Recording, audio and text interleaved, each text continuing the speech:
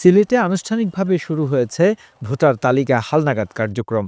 সিলেট সদর উপজেলা নির্বাচন কমিশনের আয়োজনে অনুষ্ঠিত এক উদ্বোধনী অনুষ্ঠানের মাধ্যমে কার্যক্রমের সূচনা করা হয়। উদ্বোধনী অনুষ্ঠানে প্রধান অতিথি হিসেবে উপস্থিত ছিলেন সিলেট বিভাগীয় কমিশনার খান মোহাম্মদ রেজাউল নবী। বিশেষ অতিথি হিসেবে ছিলেন সিলেটের আঞ্চলিক নির্বাচন কর্মকর্তা মোহাম্মদ নুরুল আলম।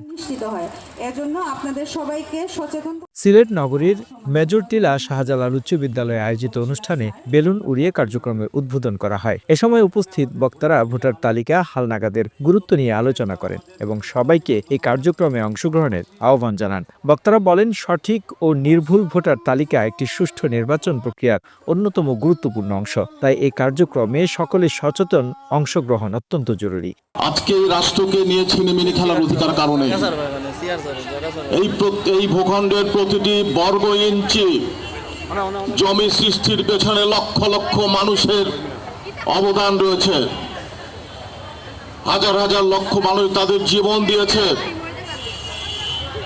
অনেকে সম্ভ্রম দিয়েছেন, অনেকে বাস্তুচ্যুত হয়েছেন, অনেকে পঙ্গু হয়েছেন, আহত হয়েছেন। যে দৃষ্টিশক্তি ছিল সেই দৃষ্টিশক্তি হারিয়েছেন, যে চলৎ শক্তি ছিল সেই চলার ক্ষমতা হারিয়েছেন। উল্লেখ্য, ভোটার তালিকার হালনাগাদ কার্যক্রমটি সিলেটের বিভিন্ন এলাকায় ধারাবাহিকভাবে পরিচালিত হবে। নতুন ভোটার হিসেবে নিবন্ধন, তথ্য হালনাগাদ ও সংশোধনের সুযোগ নিতে আহ্বান জানানো হয়েছে। The news Bangladesh desk report.